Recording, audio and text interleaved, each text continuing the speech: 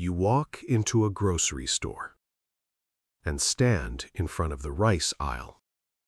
12 kinds of rice: basmati, brown, jasmine, wild. You barely think about it. You grab one bag and move on. But the real answer to why you have that choice is far stranger than a grocery store.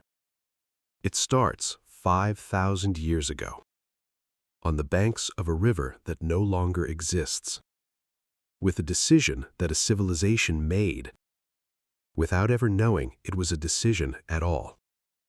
That civilization was the Indus Valley. You have probably heard the name. You have probably forgotten most of what came after it.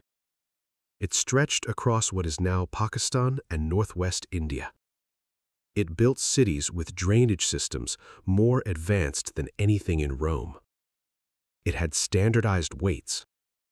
It had planned streets laid out in grids, centuries before anyone in Europe thought to do that. And then, over a few hundred years, it quietly came apart. For a long time, historians blamed invasion. Marauding armies, they said. A violent collapse. That theory came from an old, tempting habit historians have. When a great civilization disappears, people look for a villain, a war, a conqueror, a single dramatic event you can point to on a timeline. It's a satisfying story. It's also, in this case, almost entirely wrong. Because the real culprit wasn't a sword. It was a field. To understand why, you have to picture the scale of what was built here. At its peak, the Indus Valley Civilization covered more territory than ancient Egypt and Mesopotamia combined. Over 1,000 settlements have been identified. 2 of them, Mohenjo-daro and Harappa, were among the largest cities on Earth at the time, home to tens of thousands of people, with covered drains running beneath the streets, public wells on nearly every block, and brick sizes so standardized that a brick made in one city would fit perfectly into a wall built in another, hundreds of miles away. This wasn't a scattered collection of villages. This was a coordinated civilization. And coordination at that scale requires one thing above everything else. It requires food security you can count on. Here's what your body does every single day without you noticing. It runs on the assumption that food will show up tomorrow, just the same way it showed up today.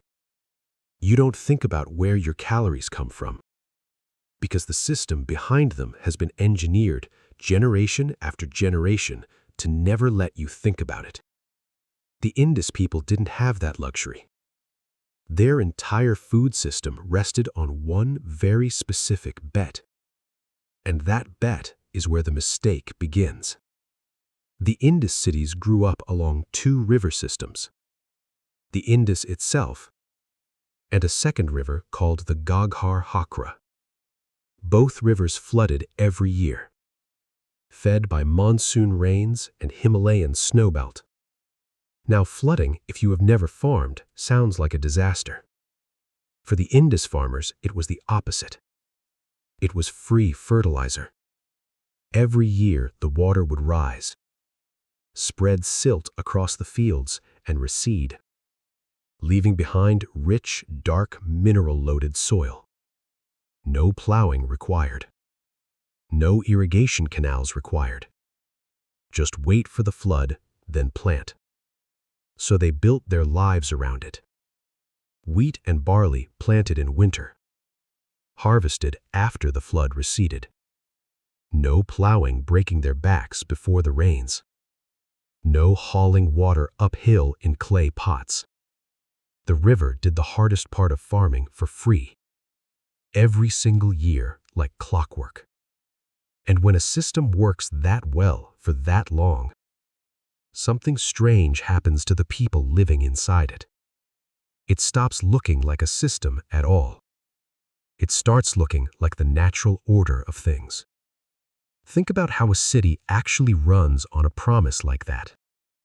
Granaries get built to a certain size, because that's how much grain one flood cycle reliably produces.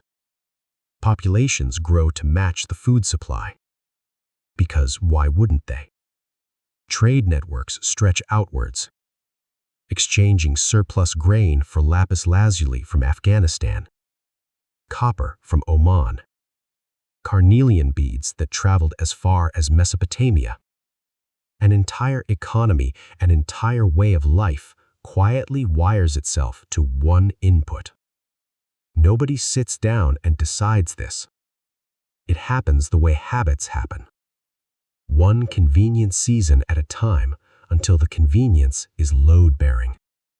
This is where the mistake hides. Not in a single bad choice, but in the absence of one. The Indus Valley never chose flood farming. They inherited it, generation after generation, the way you inherit a language, or a sense of what a meal is supposed to look like. And a system nobody consciously chooses tends to be a system nobody consciously questions. Nobody was assigned to ask what happens if the river changes. Nobody had the job of doubting the thing that was working. Archaeobotanist Dr. Cameron Petrie spent years excavating Indus settlements. He found something that reframed the entire story.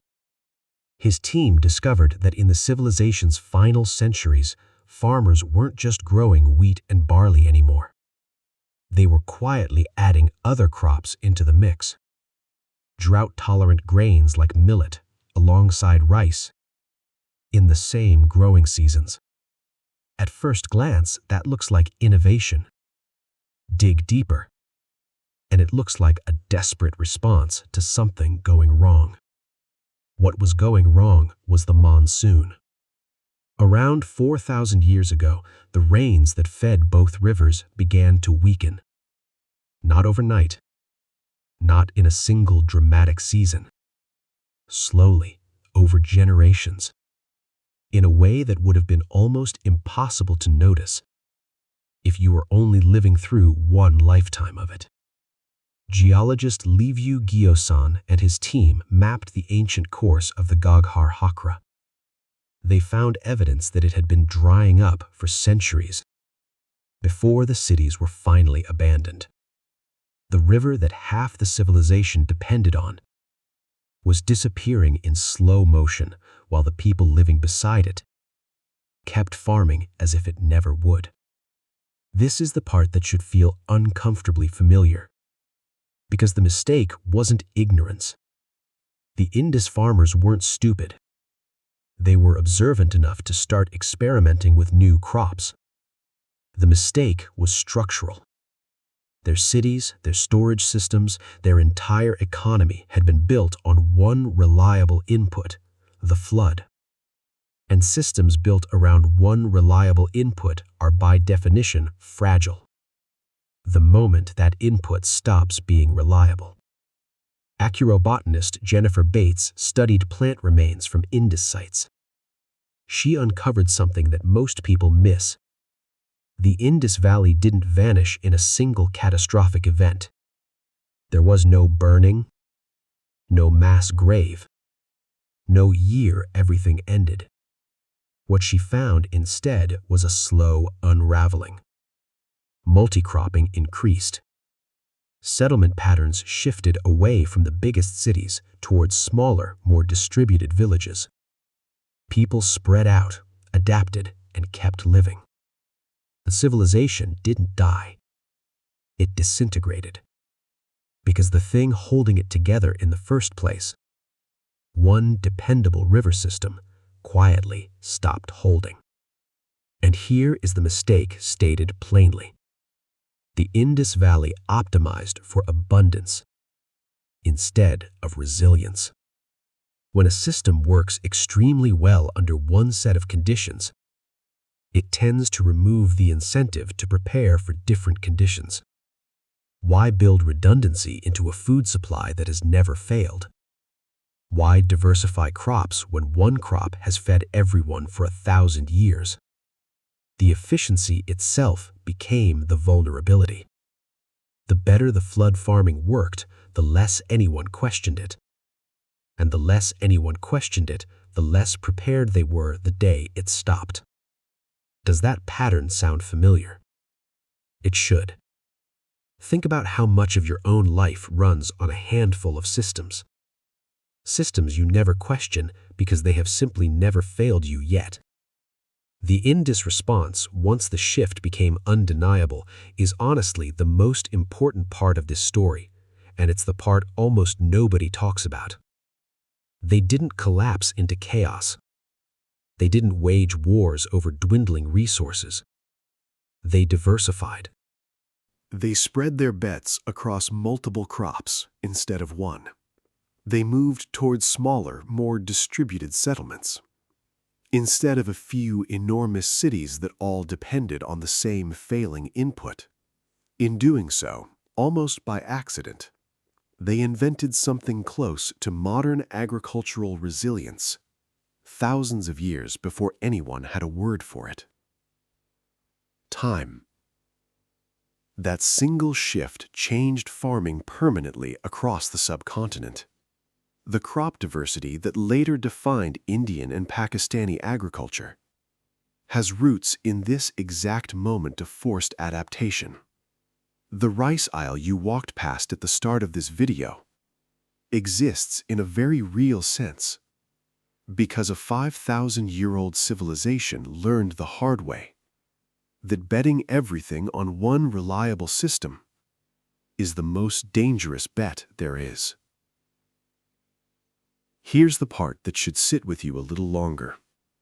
Every complex system humans have ever built eventually runs into the same trap. It gets efficient. Efficiency removes friction. Removed friction removes the pressure to diversify.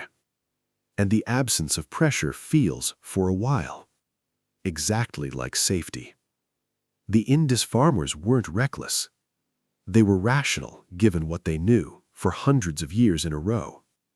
The monsoon was reliable until it wasn't. And by the time it wasn't, the entire civilization had been built on the assumption that it always would be. You do this too. Not with rivers. With supply chains you never think about. Jobs you assume will still exist in 10 years. Relationships you never audit because they've simply never let you down. A grocery shelf that has never once been empty. So you never bothered to ask what would happen if it were. A single supplier. A single skill. A single source of income. That has worked so consistently that questioning it starts to feel paranoid rather than reasonable. That is exactly how the Indus farmers would have described their own river, right up until the years it stopped behaving. Nobody wakes up one morning and decides to build their life around a fragile foundation. It happens the way it happened on the Ghaggar-Hakra.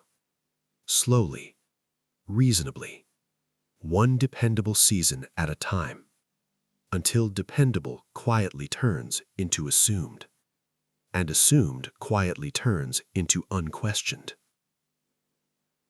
The mistake the Indus Valley made wasn't a moment of poor judgment.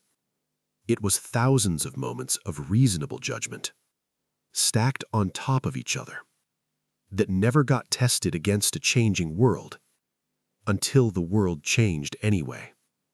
And by the time it did, the test wasn't optional anymore. So the next time you stand in front of that rice aisle, you're not just choosing dinner.